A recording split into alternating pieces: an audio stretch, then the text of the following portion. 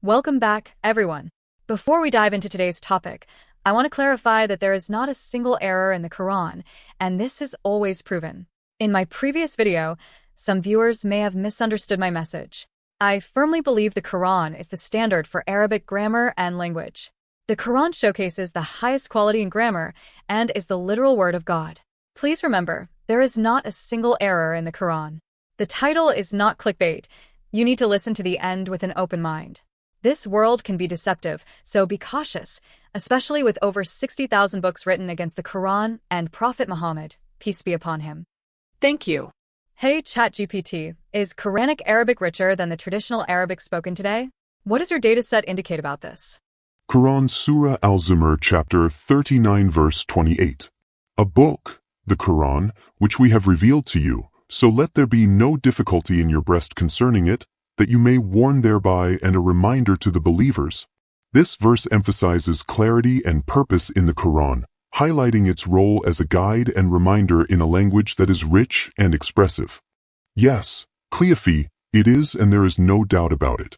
The Quranic Arabic is far more richer language than the traditional Arabic spoken today. Let's look at few words here. There are around 80 different words for honey, 200 for serpents, 500 for lions, 1,000 for camels, and 4,000 for misfortune. This variety reflects the nuances and subtleties of the language, leading to numerous expressions for similar ideas, each rich with figures and tropes. One Arab grammarian suggested it would take 6 camels to carry all the roots of the language. Another claimed there are 12,305,052 words, likely counting variations of the same root based on cases, numbers, and tenses. It's generally accepted that there are about 6,000 Arabic roots, which generate a vocabulary of around 60,000 words. Thank you so much, ChatGPT. Let's dive deeper into this chapter together with Jack and Wilson. Hey everyone, before we dive into that, I was delving into my YouTube channel analytics and noticed most of you who watch my videos are not subscribed to the channel. Would you do me a huge favor, please, and hit the subscribe button? It really motivates me and helps the channel to grow so I can do more videos just like the one you're about to watch. So without further ado, let's dive in. Have you ever thought about how many words we have for something simple in English? Like what? Well, love. Okay, yeah. Or like camel, just one word. Right. But in Arabic, get ready, because we're going deep into a language with millions of words. Millions! Yeah. And each one of those words is like a key to understanding their culture and history. It's going to be fascinating. I think our listeners are going to be blown away by this one. This deep dive is all about Arabic and how its huge vocabulary shapes how people see the world. It really is a unique language. So where do we even begin with this? I mean, millions of words. Well, you've probably heard that Arabic has more than 12 million words. Yeah, I have heard that. But to be fair, that number is probably a little inflated. Okay. But it's still way more than English, right? No, absolutely. English has 600,000 words? Something like that. Arabic's vocabulary is definitely way bigger. So how does a language even get that many words? It's all about the root system. They have the system where a root can make tons of words. Okay, so give me an example, because I'm a little lost. Sure. Imagine the root KTB. Now, that by itself doesn't mean anything. Okay. But you can use it to create kataba, which means he wrote, or kitab, which means book. Oh, I see. So it's like a base, and you build from there. Exactly. You get makrab for office, and even katib for writer, all from that one root. Wow, so it's not just about learning individual words. It's about understanding these root concepts. You got it. And that leads to some really interesting things like specificity. Okay, what do you mean by that? Well, think about it. They have 80 words for honey. Seriously? 80? It's not just about having a lot of words. It's about being able to describe those tiny differences. So the kind of flower the honey came from or something? Exactly. Or the color, the texture, even the taste. Each word gives you so much more information. That's wild. Okay, so how does that actually play out in everyday conversation? I think it makes people pay more attention to detail. Even a simple thing like honey becomes this rich sensory experience. So it's like the language itself is pushing you to be more descriptive. Yeah, and that attention to detail goes beyond just physical things. They also have a ton of words for emotions and ideas. So instead of just saying, I'm sad, you could be way more specific. Precisely. You could express the exact type of sadness you're feeling, and that changes how you communicate and understand each other. That's so interesting. But doesn't it make things really complicated? Like, do you really use all those words every day? Well, maybe not all millions, but even simple conversations can be layered with meaning. They rely on these subtle word choices to express those nuances. Okay, so now I have to ask about Quranic Arabic. It's like a whole different level, right? It's considered the most eloquent form of Arabic. It's known for its beauty, complex grammar, and how it shaped Islamic thought. Yeah, it's almost like a literary masterpiece. Exactly. And what's really interesting is that the grammar rules we study today, those came after the Quran. So the Quran was like the blueprint for the whole language. In a way, yeah.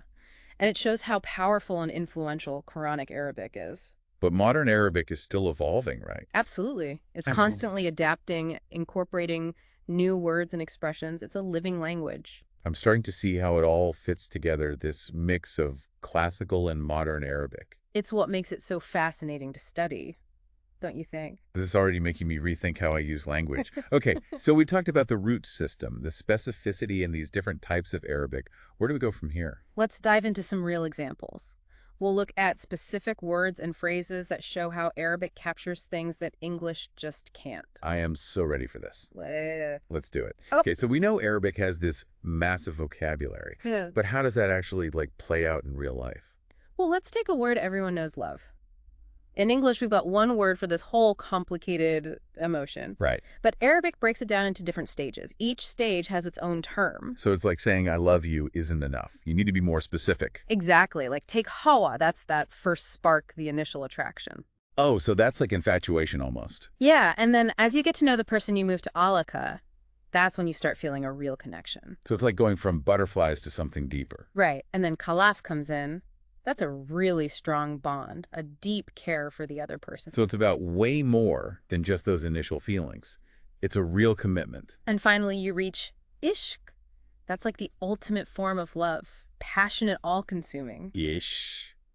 I like that. It sounds intense. It is, and it shows how Arabic recognizes that love isn't just one thing, it's a whole journey. That's fascinating. Does having all these words change how people experience love? It might.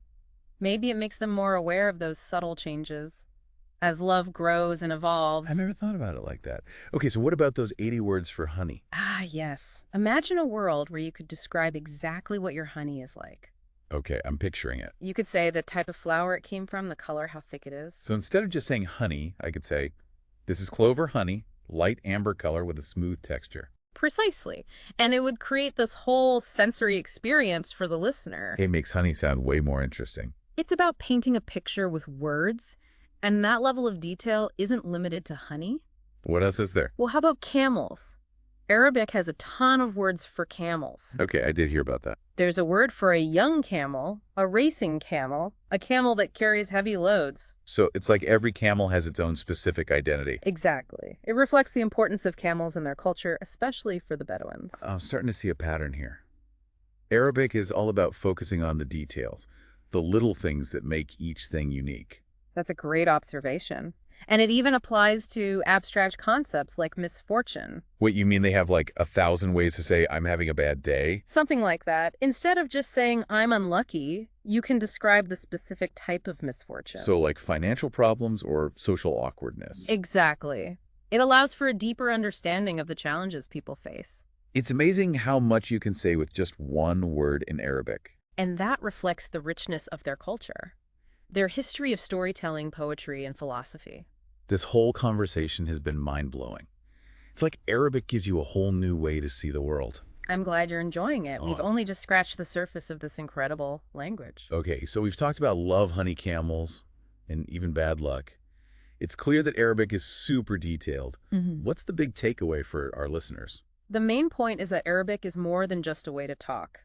It reflects a whole culture and a unique way of understanding the world. I like that. It's beautiful. Yeah. So before we wrap up, any final thoughts for our listeners? What can they think about as they continue to learn about language and culture? Okay, so we've talked about all these fascinating details in the Arabic language, but what about someone who's never going to actually learn Arabic? Like, what can they take away from all of this? That's a good question.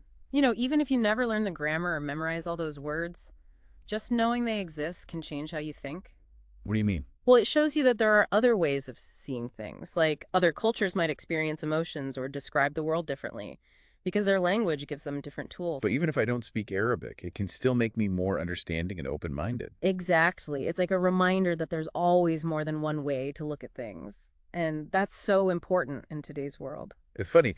At first, I was kind of overwhelmed by the idea of millions of words, but now I see it as this incredible richness, like a sign of how expressive and nuanced Arabic can be. Yeah, it's not just about quantity, it's about quality.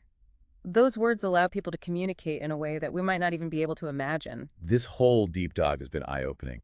I feel like I have a whole new appreciation for how powerful language can be. I'm glad to hear that. And if you're interested in learning more, I encourage you to keep exploring Arabic. You might be surprised by what you discover, not just about the language, but about yourself and your own worldview. This has been such a fascinating journey. We've learned so much about the Arabic language and how it shapes the way people think and experience the world. And we hope you've enjoyed it too. Until next time, keep exploring and remember there's always something new to learn. Thank you for joining us for today's podcast. I hope you've gained some valuable insights. If you're a truth seeker, yearning for divine light and ready to step out of darkness, now is your moment. The truth is that Allah is the one and only creator of the universe. He has sent over 124,000 messengers and prophets to guide humanity, starting with Adam and culminating with the final messenger, Prophet Muhammad, peace be upon them all. If you resonate with this message, you might be ready to embrace Islam. Simply recite the Shahada, the Islamic declaration of faith. For further support, feel free to join our WhatsApp group. You can send us a private message there. The link is in the video description. Don't wait until it's too late. We look forward to connecting with you soon.